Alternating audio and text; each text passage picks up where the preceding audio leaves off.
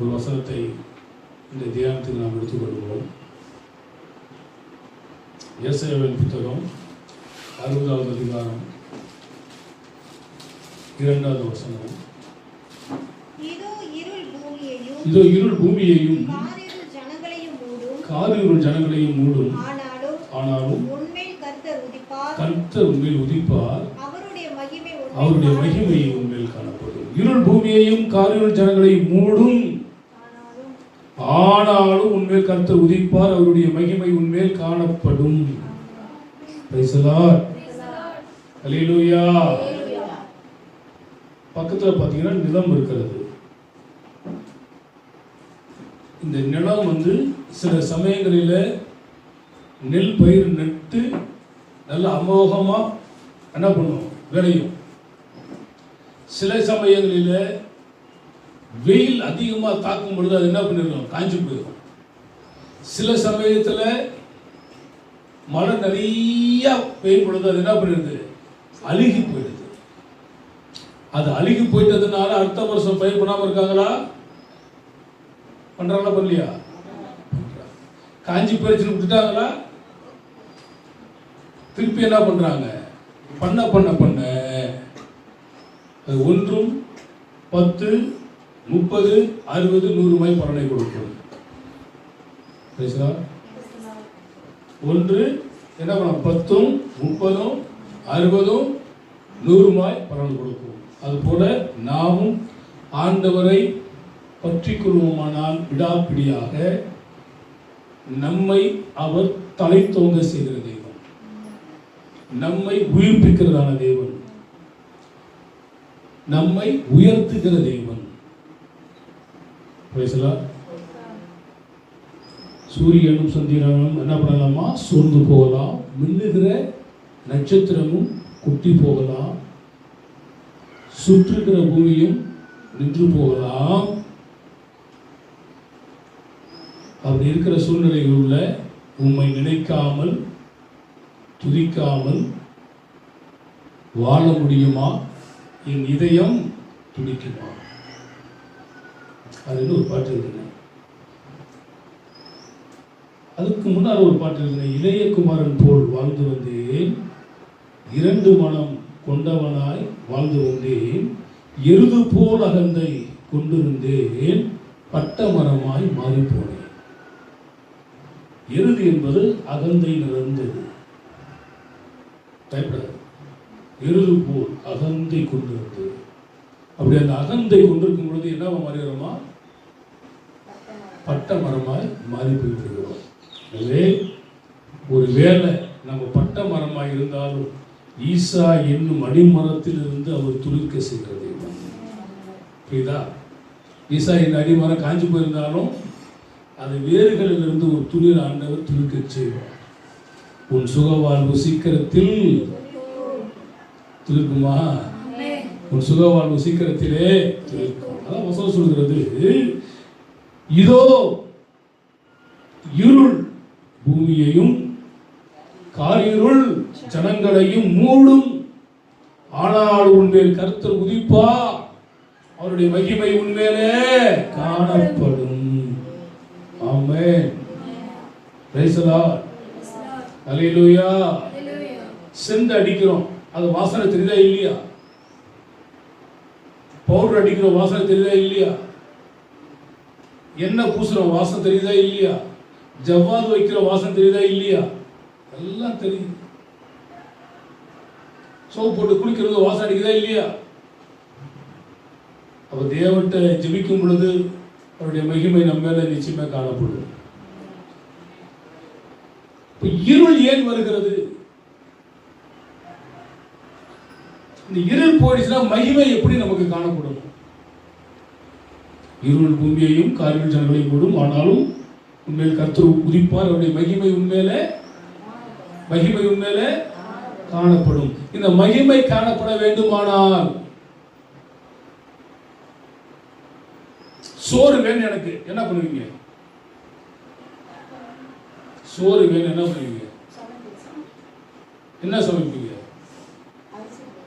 அரிசி போட்டு அடுப்பு பற்ற வைக்காம எப்படி சமைப்பீங்க? குக்கரில் வச்சுட்டு அது விசில் அடிக்கிறது போல நமக்கு ஒரு நாளைக்கு என்ன பண்றான்? விசில் அடிக்கிறான். எங்க விசில் அடிக்கிறான்?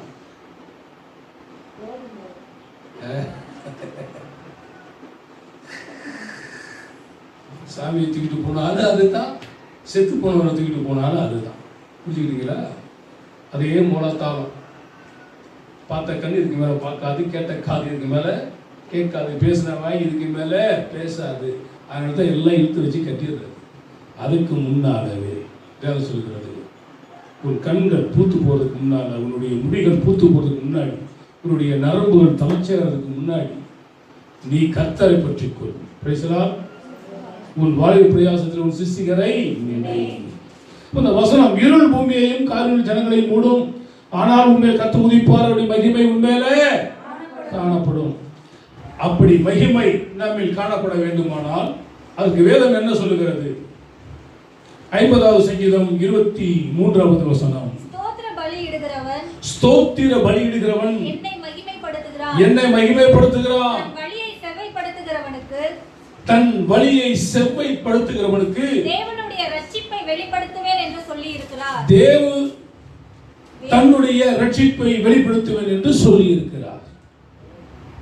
இந்த வசனம் சொல்கிறது, திருப்பி படிங்க. ஸ்தோத்திர பலியிடுகிறவன் என்னை மகிமைப்படுத்துகிறான். அப்ப மகிமை எப்படி வெளிப்படும்? யாரெல்லாம் தேவனை ஸ்தோத்திரிக்கிறோமோ அங்க தேவ நாமம் மகிமைப்பட காணப்படும். என்ன பண்ணணும்? ஆனா இன்னைக்கு வாழ்க்கையில இந்த ஸ்தோத்திரம் எப்ப வருகிறது?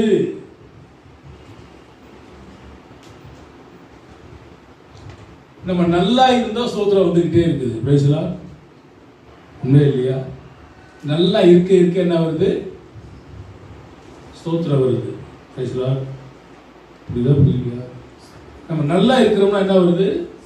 ஸ்தோத்திரம் வருது. வீட்டை சொந்தமா கட்டிக்கட்டா பணம் இருக்குதா?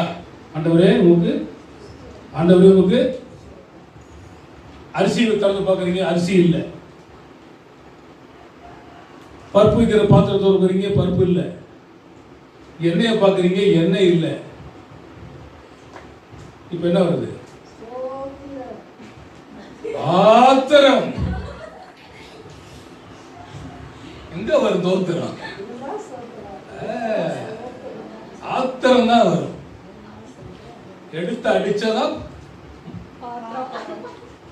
எல்லாம் போயிடுது.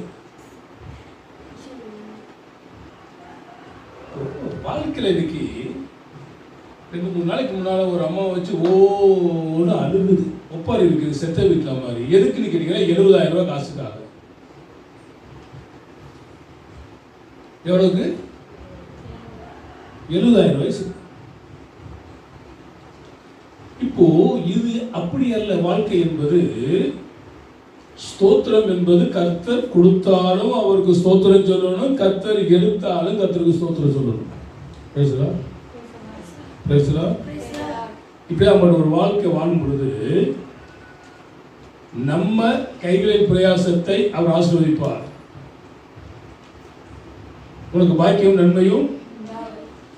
வாழ்க்கையில இன்னைக்கு மக்கள் சந்தோஷமா எப்ப இருக்கிறாங்கன்னா, நம்ம கேட்டதெல்லாம் கிடைக்கணும், கேட்காததும் கிடைக்கணும்.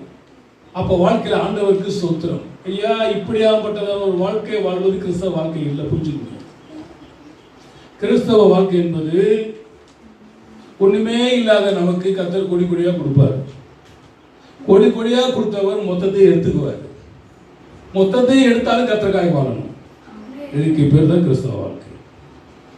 ஒண்ணுமே இல்லாத போது கொடா கொடியா கொடுக்கும் பொழுது வேதம் சொல்லுகிறது, எனக்கு அதிகமாக இருக்கிறபடியினால் தேவன் யார் என்று நான் கேட்காத படிக்கும், எனக்கு குறை உண்டாதபடி அடுத்தவங்களோட நான் திருடி தேவனுடைய நாமத்தை தூசிக்காத படிக்கும், எனக்கு வேண்டிய ஆதாரத்தை அன்றைக்கு தரணும்.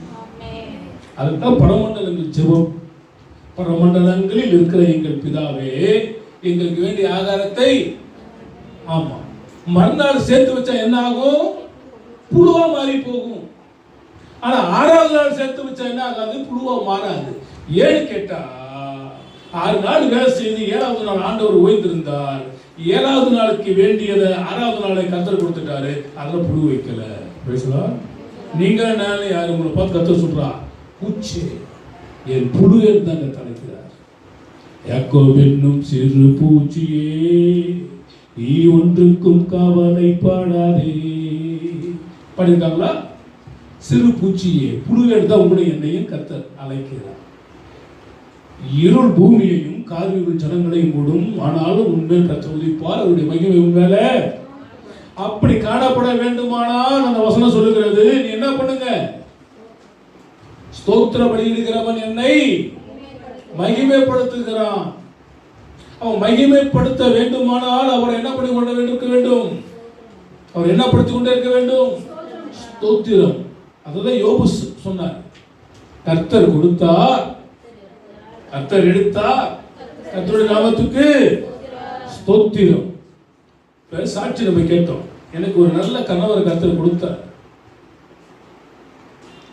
ஆனால் அவரு இந்த பூமியில எவ்வளவு நாள் வாழ வேண்டும் என்பது தேவ திட்டமா அவ்வளவு நாள் தான் அவர் இருக்க முடியும். அதுக்கடுத்து யாரு என்ன கட்டி வச்சாலும் இருக்க முடியாது. ஆனா நமக்கு மாம்சப்படி என்ன இருக்கும்? ஒரு இழப்பு இருக்கும், ஒரு வேதனை இருக்கும், ஒரு துன்பம் இருக்கும், ஒரு துயரம் இருக்கும். அந்த கணவன் இருக்கிற போது ஒரு வேலை அவர்கிட்ட அன்பா பேசாம கூட ஒரு வேலை இருந்திருக்கலாம். ஆனால் இல்லாத பட்சத்துல தான் அவங்களுடைய எல்லா நினைப்புகளும் நம்ம வந்து கொண்டே இருக்கும். அது நானா இருந்தாலும் சரி, நீங்களா இருந்தாலும் சரி, யாரா இருந்தாலும் சரி. ஆனால் கணவனை விட, மனைவியை விட, பிள்ளைகளை விட ஆண்டவர் மேலானவராக இருக்கிறார். ஆமென். அந்த மேலான தேவனை நாம் பற்றி கொள்ளும் பொழுது அந்த துன்ப வேலையிலும், துயர வேலையிலும், பிரச்சனை வேலையிலையும், தன்னுடைய 10 பிள்ளைகள் செத்ததான வேலைகளிலையும் ஏற்றுக்க முடியுமா நம்மளால? 50,000 காசு போச்சு, எனக்கு ஆண்டவரை வேணாம்னு சொல்லிட்டு திரும்பி ஓடுற மக்கள் சூழ்நிலைகளில 10 பிள்ளைகளையும் மாண்டு போனதை தெரிந்தும் கர்த்தரை ஸ்தோத்திரம் பண்ணுகிறானே. எல்லாம் வச்சுக்கிட்டு வாழ்றது கிறிஸ்தவ வாழ்க்கை இல்லைங்க. எதுவுமே இல்லாம இருக்கும் பொழுது கர்த்தரையே சார்ந்து வாழ்றோம் பார்த்தீங்களா? அதுக்கு பிறகுதான் கிறிஸ்தவ வாழ்க்கை. என்னத்தை கொண்டு வந்தோம், என்னத்தை கொண்டு போகிறோம்? கர்த்தர் கொடுத்தார், கர்த்தர் எடுத்தார், கர்த்தருடைய நாமத்துக்கு. அப்போ அவரை மகிமைப்படுத்த வேண்டுமானால் நாம் துதித்துக் கொண்டிருக்க வேண்டும். ஆனா துதிக்க துதிக்க துதிக்க துதிக்க துதிக்க துதிக்க துதிக்க பக்தன் பண்ணா துதிக்க துதிக்க மலைகளும் அசைந்து போகுதே, ஜெபிக்க ஜெபிக்க திருக்கோட்டை இடிந்து வீழ்குதே. வாழ்க்கையில மனுஷனை எது சூடுதான்? இருள். ஆனால் ஆண்டவர் நினைச்சா அந்த இருளிலே பிரகாசிக்கிற வெளிச்சமாக ஆண்டவர் இருக்கிறார். பாதை தெரியாத ஒரு இடத்துல உங்களுக்கு பாதையை காட்டுகிற வழியாக ஆண்டவர் இருக்கிறார். இப்ப நாம் செய்ய வேண்டியது, நம்ம வாழ்க்கையில நன்மை நடந்தாலும் சரி, தீமை நடந்தாலும் சரி, கல்யாணமாக இருக்கட்டும் அல்லது சடங்கு காரியங்களாக இருக்கட்டும், எதா இருந்தாலும் கிறிஸ்தவத்தில் ஒரே ஒரு பேர், ஸ்தோத்திர கூட்டம். என்ன கூட்டம்? சாவுக்கு அதுதான், கல்யாணத்துக்கு அதுதான், பிள்ளை பிறந்தாலும் ஸ்தோத்திர கூட்டம். முடிச்சு பேசுறார். எல்லாத்துக்கும் என்னதான்? எல்லாத்துக்கும் என்னதான்? எல்லாத்துக்கும் என்னதான்? ஸ்தோத்திரம். அப்ப ஸ்தோத்திரத்தினால் நீ என்ன படுத்துகிறாய்? மகிமைப்படுத்துகிறாய். ஸ்தோத்திர பலியிடுகிறவன் என்னை மகிமைப்படுத்துகிறார். பவுல் சொல்றாரு, என்னை குறித்து தேவனை மகிமைப்படுத்தினார்கள். வசனம் படிச்சிருக்கிறீங்களா? என்னை குறித்து தேவனை ஏன் மகிமைப்படுத்தினார்கள்? இவன் சாதாரண ஆள் அல்ல. இயேசுவை ஏற்றுக்கொண்டவர்களை அடித்து பிடித்து நெருக்கி கொலை செய்து தூக்கு மரங்களிலே, தொழு மரங்களை தொங்க விட்டு மிகப்பெரிய கொடூரமானவனாக இருக்கிறான். இப்பேற்பட்டவன் தமஸ்குவுக்கு போகிறதான வேலைகளிலே கர்த்தர் சந்தித்து கண்களை இழந்தவனாய் இருக்கிறதான வேலைகளிலே, ஆண்டவரே நான் என்ன செய்ய வேண்டும் என்று நீ செத்து கொண்டு கேட்கும் பொழுது அவனை ஆண்டவர் புறஜாதிகளுக்காக என்ன பண்ணினார்? அப்போஸ்தலனாகி தெரிந்து கொண்டான். இப்படி அவங்கள்ட்ட மனுஷன் சொல்றான். என்ன சொல்றாருன்னா, என்னை குறித்து தேவனை மேம்படுத்தினார். இவ்வளவு கொடூரமான இருந்த என்னையே தேவன் பிடிச்சிட்டாருன்னா உங்களை பிள்ளைகளை பிடிக்க ஏமாத்துறோம். உங்களுடைய கணவனை பிடிக்க ஏமாத்துறோம், உங்க மாமனாரை பிடிக்க ஏமாத்துறோம், மாமியாரை பிடிக்க ஏமாத்துறோம், சொந்த பந்தங்களை பிடிக்க ஏமாத்துறோம். ஆனா இப்ப அவர் நீடிய பொறுமையா இருக்கிறார். அவர் கூப்பிடும் பொழுதே வந்துட்டாருன்னா பிரச்சனை இல்லை. பிரைஸ்லா. ஏட்டிக்கு போடி பண்ணிக்கிட்டு இருந்தா பவுலுக்கு என்ன போச்சு? சவுலா இருக்கும் பொழுது கண்ணு போயிடுச்சு. அப்புறம் போனா போது அப்படி சொல்லி ஆண்டவர் கண்களை கொடுத்தார். அவன் பார்வையடைந்தான், ஆண்டவருக்காக வளர்ந்தான், 13 நிருபங்களை எழுதினான். அவன் தான் சொல்றான், என்னை குறித்து தேவனை மகிமைப்படுத்தினார்கள். அப்ப வாழ்க்கையில ஸ்தோத்திரம், அந்த துதி நமது வாழ்க்கையில காணப்பட வேண்டும். அவர் கொடுக்கும் பொழுதும் துதிக்க வேண்டும், கொடுக்கவில்லை என்றாலும் அவரை துதிக்க வேண்டும். சங்கீதம் 22:3. இஸ்ரவேலின் துதிகளுக்குள் வாசமாய் இருக்கிற தேவரீரே பரிசுத்தர். அவர் எங்கே வாசம் பண்ணுகிறாரா? நம்ம அவரை துதிக்கிறோம். கர்த்தர் கொடுத்தாலும் துதிக்கணும், கர்த்தர் எடுத்தாலும் துதிக்கணும், நம்ம வாழ்க்கையில என்ன நடந்தாலும் துதிக்கணும். அப்படி துதிக்கும் பொழுது அந்த இஸ்ரவேலின் துதிகளுக்குள் வாசம் பண்ணுகிற தேவர் நீரே பரிசுத்தர். பழைய பாட்டு உண்டு, பரிசுத்த பரிசுத்த என்று பாடி பரலோக தேவனை ஆராதிப்போ. பரிசுத்த பரிசுத்த என்று பாடி பரலோக தேவனை ஆராதிப்போ. நாம் எல்லாம் ஆராதிப்போ, இயேசுவை ஆராதிப்போ. நாம் எல்லாம் ஆராதிப்போ, இயேசுவை ஆராதிப்போ. துதிக்கணும். அப்புறம் துதிக்கும் பொழுது அந்த துதிகளின் மத்தியில் ஆண்டவர் வாசம் பண்ணுகிறார். யார் வாசம் பண்ணுகிறார்? 2-3 பேர் எங்கே கூடுகிறீர்களோ அவர்கள் மத்தியில் நான் வாசம் பண்ணுகிறேன். ஒருவரும் சேரக்கூடாத ஒளியிலே நான் வாசம் பண்ணுகிறேன். இஸ்ரவேலின் துதிகளுக்குள் நான் வாசம் பண்ணுகிறேன். ஏன்னு கேட்டா, நீங்களே நான் தங்குகிறதா ஆலயம்னு சொல்றாரு. அப்ப துதி என்பது ரொம்ப ரொம்ப அவசியமான ஒன்றாக இருக்கிறது. கர்த்தர் நமது வாழ்க்கையில எதை அனுமதிச்சாலும் எதை நிறுத்தக்கூடாது? எதை நிறுத்தக்கூடாது? துதிக்கிறத நிறுத்தக்கூடாது. ஆனா நம்ம வாழ்க்கையில எதை நிறுத்திடுறோம்? ஒரு கஷ்டம் வந்துச்சுன்னா துதிக்கிறத நிறுத்திடுறோம். துதிக்கிறத நிறுத்தும் பொழுது யாருக்கு கஷ்டம்? நமக்கு தான் கஷ்டம். ஒரு வசனத்தை படிக்கலாம். ஏசாயா 43:21. இந்த ஜனத்தை எனக்கென்று ஏற்படுத்தினேன், இவர்கள் என் துதியை சொல்லி வருவார்கள். உங்களையும் என்னையும் தேவன் எதற்காக உண்டாக்கினார்? படைத்தான், படைப்பெல்லாம் மனுவுக்காக, மனுவை படைத்தான் தன்னை வணங்குவதற்காக. இந்த ஜனத்தை நான் எனக்காக ஏற்படுத்தினேன், இவர்கள் என் துதியை சொல்லி வருவார்கள். அல்லேலூயா. அப்ப துதிக்கணும். ஒரு பழைய பாட்டு உண்டு, சினிமா பாட்டுல. அது ஒரு வரி பாடுறான். என்ன பண்ணனா, புருஷன் வீட்டில் வாழ போகும் பொண்ணே, தங்கச்சி கண்ணே, நல்ல புத்திமதிகளை சொல்ற கேளு முன்னே. அப்படி சொல்லிட்டு இப்ப சொல்றான், புருஷன் வீட்டில் வாழ போகும் பொண்ணே, தங்கச்சி கண்ணே, நல்ல புத்திமதிகளை சொல்ற கேளு முன்னே. மாமனார மாமியார மிதிக்கணும், மாலையிட்ட கணவனை துரத்தணும். இன்னைக்கு உலகம் அப்படி இருக்குது.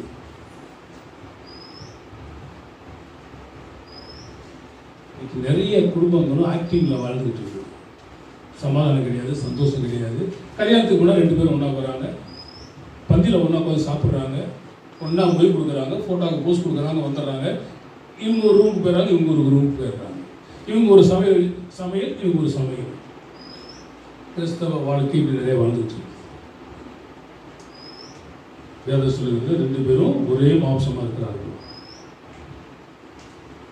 ஒரு எண்ணெய் வேணும், ஒரு சிந்தை வேணும், புத்தி வேணும். வசனம் தெளிவாக சொல்லுகிறது, இவர்களை எனக்காக ஏற்படுத்தினேன், இவர்கள் என் துதியை சொல்லி வருவார்கள். இவர்களை ஏன் ஏற்படுத்தினேன்? மல்கியா சொல்கிறது, பக்தி உள்ளதான சந்ததியை பெறும்படிதானே. அப்போ புத்தி உள்ள ஸ்திரீ தன் வீட்டை கட்டுகிறாள், புத்தி இல்லாதவள் தன் வீட்டை இடிக்கிறாள் என்று கூறுகிறார். தேவன் உங்களையும் என்னையும் ஏற்படுத்தி இருக்கிறார் அவருடைய துதியை சொல்லி வருவதற்காக. துதிக்கணும். சங்கீதம் 34:1 சொல்கிறது, கர்த்தரை நான் எக்காலத்திலும் ஸ்தோத்தரிப்பேன், அவர் துதி எப்போதும் என் வாயில் இருக்கும். எப்போதுனா சோறு கிடைச்சாலும் அவரை துதிக்கணும், சோறு கிடைக்காவிட்டாலும் அவரை துதிக்கணும். பை நிறைய காசு இருந்தாலும் அவரை துதிக்கணும், காசு இல்லாவிட்டாலும் அவரை துதிக்கணும். நம்முடைய எண்ணங்கள் எல்லாம் நடந்தாலும் துதிக்கணும், நடக்காம போனாலும் கர்த்தரை துதிக்கணும். கர்த்தரை நான் எக்காலத்திலும் கர்த்தரை துதிப்பேன். அவரை துதிக்கிறதான துதி என் வாயிலே எந்த காலத்திலும் எந்த நேரத்திலும் நன்றியால் உம்மை நான் துதிப்பேன். இயேசுவே உம்மை நான் துதிப்பேன், துதிப்பேன், எந்த வேளையிலும் துதிப்பேன். இயேசுவே உம்மை நான் துதிப்பேன், துதிப்பேன், எந்த வேளையிலும் துதிப்பேன். துதிப்போமா? துதிப்போமா? தேவனும் நீரே, என் ஜீவனும் நீரே, ராஜராஜனும் என் சர்வமும் நீரே. தேவனும் நீரே, என் ஜீவனும் நீரே, ராஜராஜனும் என் சர்வமும் நீரே. எந்த காலத்திலும் எந்த நேரத்திலும் நன்றியா உம்மை நான் துதிப்பேன். இயேசுவே உம்மை நான் துதிப்பேன், துதிப்பேன், எந்த வேளையிலும் துதிப்பேன். இயேசுவே உம்மை நான் துதிப்பேன், துதிப்பேன், எந்த வேளையிலும் துதிப்பேன். எக்காலத்திலும் கர்த்தரை நான் எக்காலத்திலும் ஸ்தோத்தரிப்பேன். அவரை துதிக்கிறதான துதி என் வாயிலே இருக்கும். அதைத்தான் யோபு செஞ்சான். நான் நிறைய பக்தர்கள் செய்தார். உபாகமம் 4ஆம் அதிகாரம் 7வது வசனத்தை வாசிக்க கேட்கலாம். நம்முடைய தேவனாகிய கர்த்தரை நாம் தொழுது கொள்கிற போதெல்லாம் அவர் நமக்கு சமீபமாக இருக்கிறது போல, தேவனை இவ்வளவு சமீபமாக பெற்றிருக்கிற வேறு பெரிய ஜாதி எது? அல்லேலூயா. அவரை துதிக்கும் போதெல்லாம் அவர் எங்க இருக்கிறாரு? சமீபமாக இருக்கிறார், நம்ம கிட்டே இருக்கிறார். என் கூடவே இரும் ஓ இயேசுவே.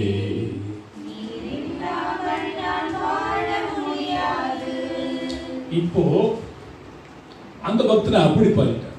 என்ன பண்ணிட்டார்? என்ன பாடியிருக்காரு? ஓ இயேசுவே, நீ இல்லாம என்னால. இப்ப பணம் இல்லைன்னா வாழவே பிடிக்கலன்ற மக்கள். பணம் இல்லைன்னா நான் சர்ச்சுக்கு வரமாட்டேன், வராத. பேசலாம். கர்த்தர் கொடுத்தார், கர்த்தர் எடுத்தார், ஸ்தோத்திரம். கிறிஸ்தவ வாழ்க்கை என்பது எல்லாவற்றுக்கும் ஸ்தோத்திரம் செய்ய பழகிக்கொள்ள வேண்டும். என்ன பண்ணணும்? எல்லாவற்றுக்கும் அது குறித்து நம்ம பார்த்துருக்கிறோம். தேவனுடைய சித்தத்தில் பார்க்கிறோம். எல்லாவற்றுக்கும் ஸ்தோத்திரம் செய்வதே தேவனுடைய சித்தமாக இருக்கிறது. இந்த வார்த்தை தெளிவாக சொல்லுகிறது. அவரை துதிக்கும் பொழுது இவ்வளவு சமீபமாக தேவன் நமக்கு வந்திருக்கிறார்.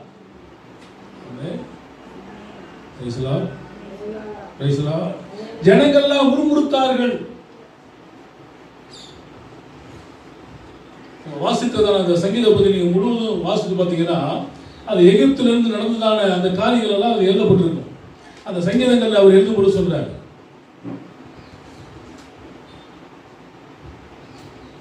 எங்களை எகிப்திலிருந்து வனாந்தரத்தில் கொல்லுவதற்காக எங்களை அழைத்துக் கொண்டு வந்தாய். இன்னொரு யாத்ராமத்தில் படிக்கும் பொழுது அங்கே எங்களுக்கு மச்சங்கள் இருந்தது, மீன் வகைகள் இருந்தது, கும்பட்டி காய்கள் இருந்தது, பூண்டு இருந்தது, கீரை வகைகள் இருந்தது. ஆனால் இங்கே நாங்கள் மாறாக வந்திருக்கிறோம், இங்கே தண்ணி கூட குடிக்க கிடைக்கவில்லை. சொல்றாங்களா? மாறாவின் தண்ணீர் எப்படி இருந்ததா? கசப்பா இருந்தது. அப்பொழுது இவர்கள் யாரை நோக்கி பார்த்தார்கள்? தேவனை நோக்கி பார்த்தார்கள். அப்பொழுது சமீபமாக என்ன இருந்துச்சா?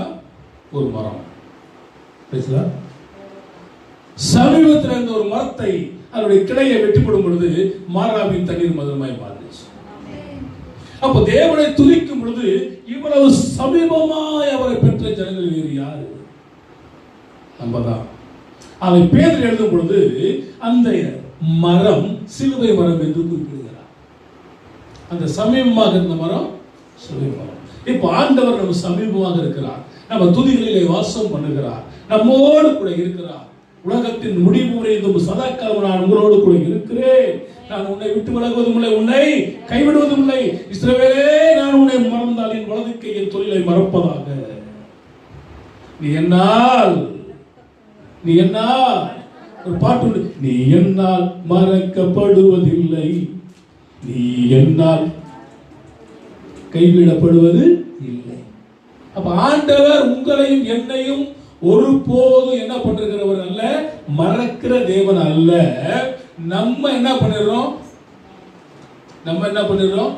அடிக்கடி மறந்துடும். தலைவலி வந்தா போட்டவர் எங்க போவாரு?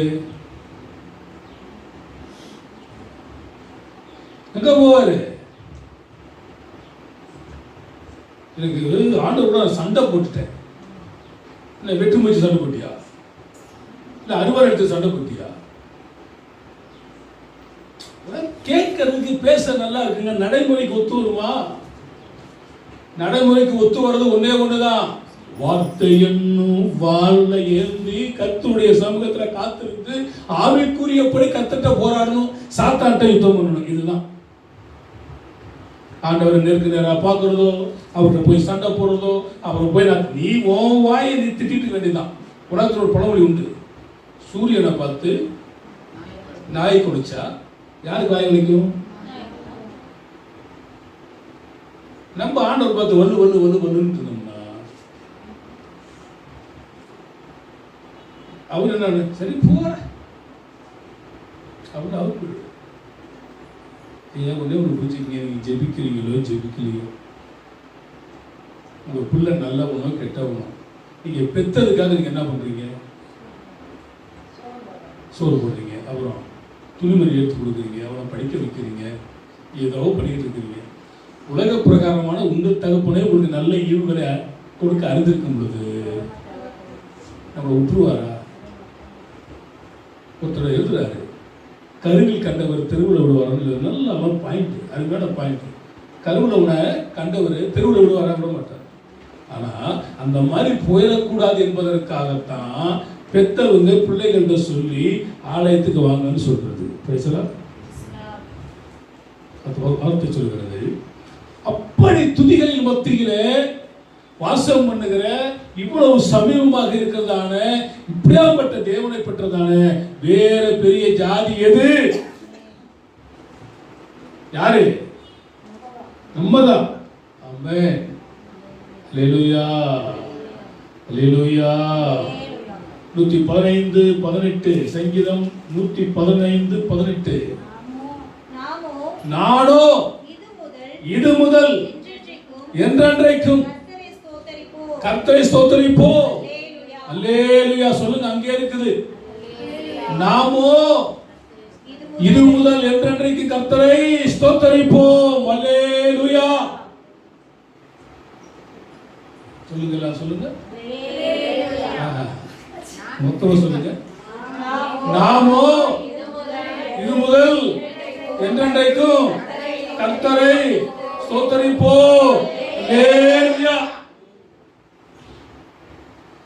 என்ன வந்தாலும் எது நடந்தாலும் அப்பாவை ஸ்தோத்தரிப்பே.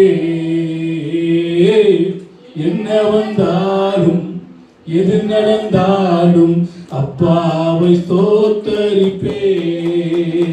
ஏசப்பா ஸ்தோத்திரம், ஏசப்பா ஸ்தோத்திரம், ஏசப்பா ஸ்தோத்திரம், ஏசப்பா ஸ்தோத்திரம்.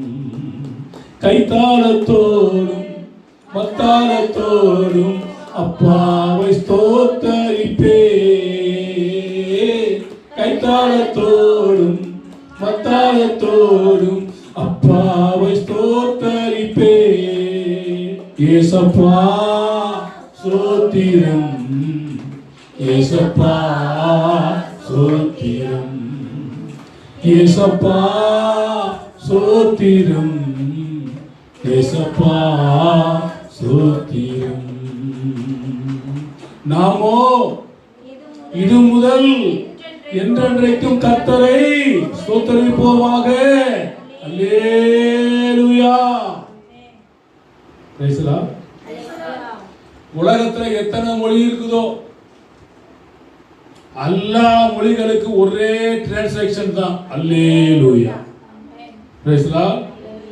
அதுக்கு வேற டிரான்ஸ்லேஷன் கிடையாது. அல்லேலூயானா அல்லேலூயா தான். ஆமென். அப்போ எங்க போனாலும் அல்லேலூயானா அல்லேலூயா கிடைக்கும்.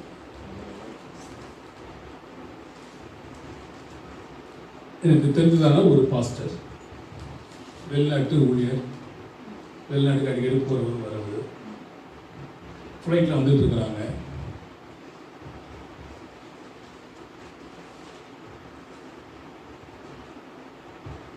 அதுக்கு ஒரு தும்மல் வந்திருக்கு. யாருக்கு? பாஸ்டருக்கு. இப்படி அல்லேலூயா ஸ்தோத்திரம் ஆமென் பிரைஸ் தி லார்ட் இருக்காரு. என்னது? ஒரு தும்மல் வந்துச்சுங்க.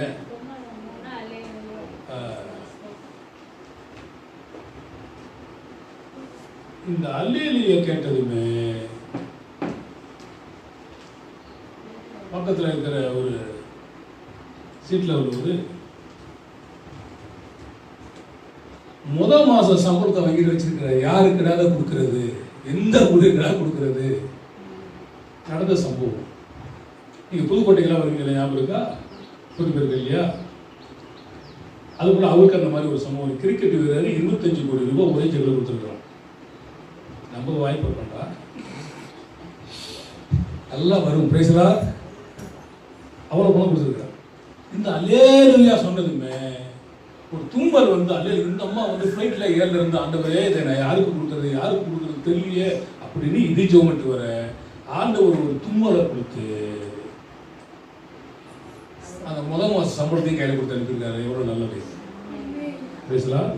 அந்த வசனம் சொல்லுகிறது, நாமோ இது முதல் என்றன்னைக்கு கர்த்தரை ஸ்தோத்திரிப்போம். இந்த ஊழியக்காரருடைய நிலைமை என்ன?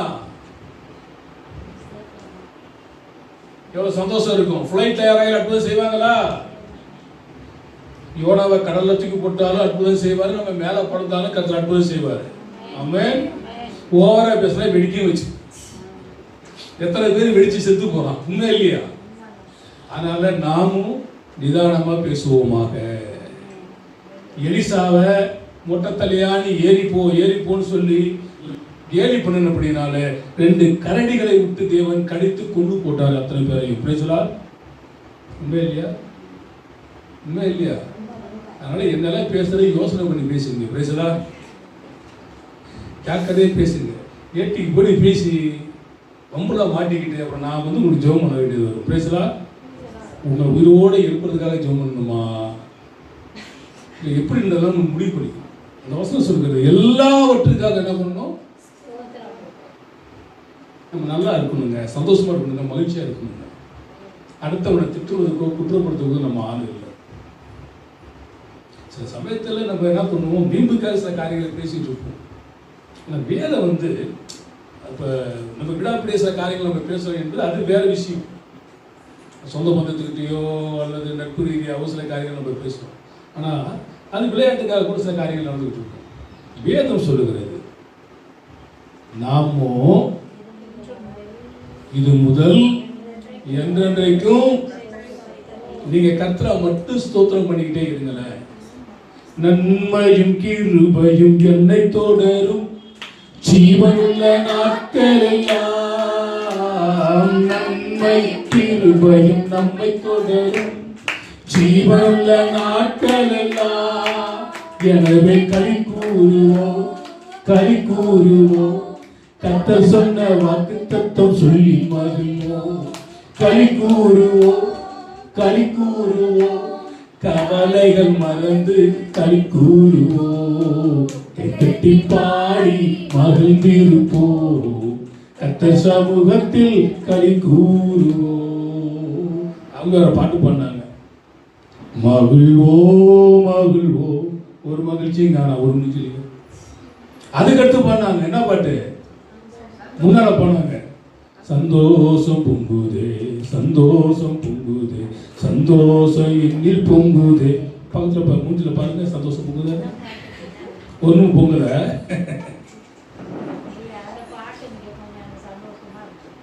சந்தோஷமா இருந்துச்சு. ஆமென் அல்லேலூயா. வலித்த பின்னான் தீர்ந்தே பாவ பலி அதை சுமந்தலைந்தே. வலித்த பின்னான் தீர்ந்தே பாவ பலி அதை சுமந்தலைந்தே. ஆனால் இயேசு கைவிடா தானா வந்து ரட்சிப்பார். ஆனால் இயேசு கைவிடா தானா வந்து ரட்சிப்பார். அந்த நல்ல பாவம் நீங்கிற்றே, அந்த இன்ப நாளில் எந்த பாவம் நீங்கிற்றே. சந்தோஷம் பொங்குதே.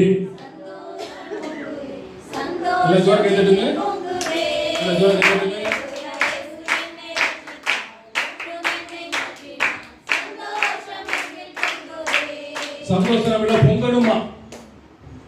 உன் சத்துருக்களுக்கு முன்னதாக பந்தி ஆயத்தப்படுத்தி எண்ணெயில அபிஷேகம் பாத்திரம் என்ன பண்ணுது, நிரம்பணும். இன்னைக்கு வீடுகள்ல நிரம்புது. ஒரு தள்ளுவண்டிக்காரன் வர முடியல. சோப்பு சீப்பு கண்ணாடி அது பாத்திரம் விளக்குறது அது என்னென்னமோ கொண்டு வந்து வீடெல்லாம் ரொம்ப இருக்குது. இதயத்துல சந்தோஷம் சமாதானம் நிரம்பின ஆண்டவர் சொல்றாருங்க. எல்லாம் வாங்கி வீட்டில் வச்சுக்கிட்டு அப்புறம் வந்து அடுத்த அவரை வந்து கூப்பிட்டா கதை கூட்டி அதெல்லாம் போயிட வேண்டியது. ஒரு அம்மா அப்படிதான் சொல்லிச்சான். அவர் வந்து கேட்பாரு, இல்லைன்னு சொல்லிடு. என்ன சொல்லிடு? ஆமா சொன்னதை சொல்லுமா கிளிப்பு. அவன் சொன்னா எங்க அம்மா இப்படி சொல்ல சொன்னாங்க, எங்க இருக்காங்க, வீட்டுக்குள்ள இருக்காங்கட்டான். ஓ வெளியேம்மா வாங்குற போது நல்லா வாங்கினல்ல, இப்போ கொடுக்குறது கஷ்டம்னு கேட்குறோம். நமக்கு தேவையானதை வாங்குவோம், தேவையானதை வாங்காமல் இருப்போம். அதை ஒரு தடவை ஒருத்தர் பேசிக்கிட்டு இருக்கும் பொழுது, நமக்கு தேவையில்லாத ஒரு பொருளை வாங்கி வச்சுக்கிறதுனால என்ன யூஸ்? எப்பயோ தேவைப்படுற பொருளை இப்போ வாங்கி வைக்கிறதுனால ஒரு யூஸும் கிடையாது. அதனால் தங்கத்தை வாங்கி வைங்க, வெள்ளியை வாங்கி வைங்க, வீட்டுக்கு வேண்டியதான சில காரியங்கள்லாம் வாங்கி வைங்க. தேவையே படாததெல்லாம் வாங்கி வச்சுக்கிட்டு இருக்கிறோம்னா அது பெஸ்ட்டு. ஒரு வீட்டில் பார்த்தீங்கன்னா பாம்பு அப்படியே பழச்செடி படம் எடுத்துருக்குது. எதுனா டயரில். அதனால் பார்த்து ஜாக்கிரதையாக இருக்கும். டாய்லெட்டில் அந்த மாதிரி இருக்கும். அதே சமயத்தில் இப்போ நான் சமயத்தில் ஒன்று பார்த்தேன். நம்மளுக்கு எந்த பழம் பிடிக்கும்? பழம் பழம் பழம் ஒரு வாழைப்பழமாக இருக்கட்டும் அல்லது கொய்யா பழமாக இருக்கட்டும் மாம்பழமாக இருக்கட்டும், எது கொத்தி இருக்கணும்? அணில் அணில் கொத்துமா? அணில் கடிச்ச பழம், கிளி சாப்பிடலாமா? சாப்பிடலாம். அது எப்படி இருக்கும்? நல்ல இனிப்பா இருக்கும். அதான் பார்த்து ஒரு பாம்பு அப்படியே அந்த கொய்யா பழத்தை அப்படியே கடிக்குது. பாம்புக்கு பால் ஊற்றி வளர்த்தாலும் பல்லில் என்ன இருக்குமா? அதனால அந்த மாதிரி பழத்தை சாப்பிடக்கூடாது அப்படின்றத புரிஞ்சுக்குங்க. அந்த பழத்துல என்ன ஏறிடும்? நல்லா இருந்தால் சொன்ன அணில் கடிச்சது, கிளி, இதெல்லாம் நான் வந்து இது பிரசங்கம் அல்ல, ஒரு ஒரு விழிப்புணர்வுக்காக சொல்கிறேன். அதை பார்க்கும் பொழுது இவ்வளோ பெரிய வாய் அப்படியே தொடர்ந்து அழகாக கடிக்குது. அதை பார்க்கும் பொழுது அணில் கடிச்ச மாதிரி இருக்குது. அப்படி அப்படிலாம் சாப்பிடாதீங்க. பிரைஸ்லாம் சாப்பிட்டு தான் நான் பார்ப்பேன்னா சாப்பிடுங்க. பிரைஸ்லாம் பைபிள் அது வசனம் இருக்குது. என்ன இருக்குதுன்னா என்ன வசனம் இருக்குது? சாவுக்கு ஏதுவான எதையும் நீங்க குடித்தாலும் உங்களை என்ன பண்ணாது, சேதப்படுத்தாது அப்படின்னு வசனங்கள் இருக்குது. நீங்க அப்படியாப்பட்ட விசுவாச வீரர்களாக இருந்தால் நான் அதுக்கு தடையல்ல. ஆனா எக்காலத்திலும் கருத்தை நான் என்ன பண்ணுவேன், தோற்றிருக்கிறேன். ஒரு வசனம் சங்கீதம் 88:10 மரித்தவர்களுக்கு அதிசயங்களை செய்வீரோ, செத்து போன வீரர் எழுந்து உம்மை துதிப்பார்களோ. மரித்தவர்களுக்கு அற்புதம் செய்வாரா, செய்ய மாட்டாரா? மரித்து போன லாசரை உயிரோடு எழுப்பினார். நாயின் ஒரு விதவின் மகனை உயிரோடு கூட எழுப்பினார். சிறு பிள்ளை உயிரோடு கூட எழுப்பினார். மரித்தவருக்கு அவர் அற்புதம் செய்வார். நம்ம பாட்டு பாடும், மரித்தவர் மத்தியிலே ஜீவதேவனை தேடுவாரோ, நீதியின் அதிபதி உயிர் தெழுந்தாரே, பெருகிடுதே உயிர் தெழுந்தாரே, அல்லேலூயா ஜெயித்தெழுந்தாரே, உயிருடன் எழுந்த மீட்பரேசன் சொந்தமானாரே, உயிர்த்தெழுந்தாரே. இருள் பூமியையும் காரிருள் ஜனங்களையும் மூடும், ஆனால் உண்மையில் கர்த்தர் உதிப்பார். அவருடைய மகிமை உண்மையிலே காணப்படும். அவர் மகிமை காணப்பட வேண்டுமானால் நாம் செய்ய வேண்டியது துதி. என்ன பண்ணுமா? எரிகோ கோட்டை என்ன பண்ணினார்களாம்? சுற்றி சுற்றி வந்தார்கள், தேவனை துதித்தார்கள். எந்த வித ஆயுதமும் இல்லாமல் அது உடைந்து நொறுங்கி போனது. உங்களுக்கு விரோதமாக எழும்புற எல்லா காரியங்களையும் நீங்கள் துதிக்க துதிக்க துதிக்க துதிக்க எல்லாம் சுக்கு நூறாய் மாறி போக கர்த்தர் உதவி செய்வார். Price the Lord. இருள் பூமியையும் காரிருள் ஜனங்களையும் மூடும், ஆனாலும் உண்மையில் கர்த்தர் உதிப்பார். அவருடைய மகிமை உண்மையில காணப்படும். காணப்பட வேண்டுமானால் நாம் தேவனை துதிக்கிறவர்களாக இருப்போம். தொடர்ச்சி அடுத்த வாரம் பார்ப்போம். கண்களை மூடுவோம்.